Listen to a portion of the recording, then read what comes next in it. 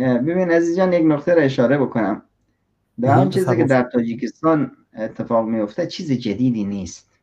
یعنی شما فکر نکنید که این مردکی که در تاجیکستان هست یا ظالم و یک چیز جدید هست، یک هنر جدیدی دارد. نه، این فرعون ها در طول تاریخ یک فتوکپی هستند.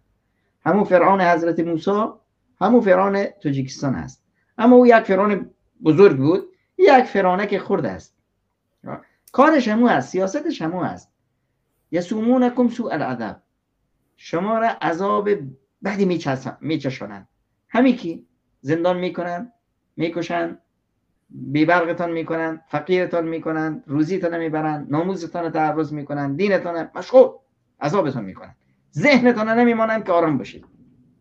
یقتلون ابناءکم، بچه‌هاتون میکشن. حالا میبینید یا کشته میشن یا زندان میشن یا از کشور بیرون میشن. و یستحیون نساءکم، و زنای شما را به کنیزی میگیرن. الان شما برو در تاجیکستان هر دفتر، هر مرکز، هر جا میری زنای بیچاره هستن که کار میکنند و بدبختی میکنند. این زنای کی هستن؟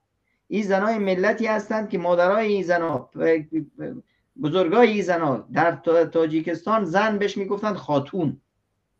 زن بیوی بود، در خانهش بود، عزیز بود، کریم بود. کل مردای خانه نوکری او را میکردن.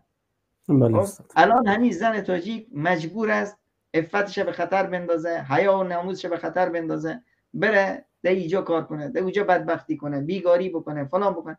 برای کی بکنه؟ برای همین سیستم، برای فرعون. این کار فرعون هست در همه زمان و همه چیا. و فرعون راه حلش این نیست که بریم ما بگیم که فرعون جان ما قربان تو میریم، تو لطف کن، حالا دیگه بس است، فرعونی بس است. فرعون جان بیا یک صندوق درست بکنیم، یک فرعون دیگه انتخاب کنیم. نه، رفتار با فرعون موسی میخواد. و شما جوانای تاجیک موسی زمانه هستید، منتظر فرعون با عصا آدم میشن. جزاکم الله خیر استاد. همیشه کفایه است که فرعون با عصا ان شاء الله اسلام شود، همیشه کفایه است، فرمود میشود برای همه. اسلام الدین سلام علیکم.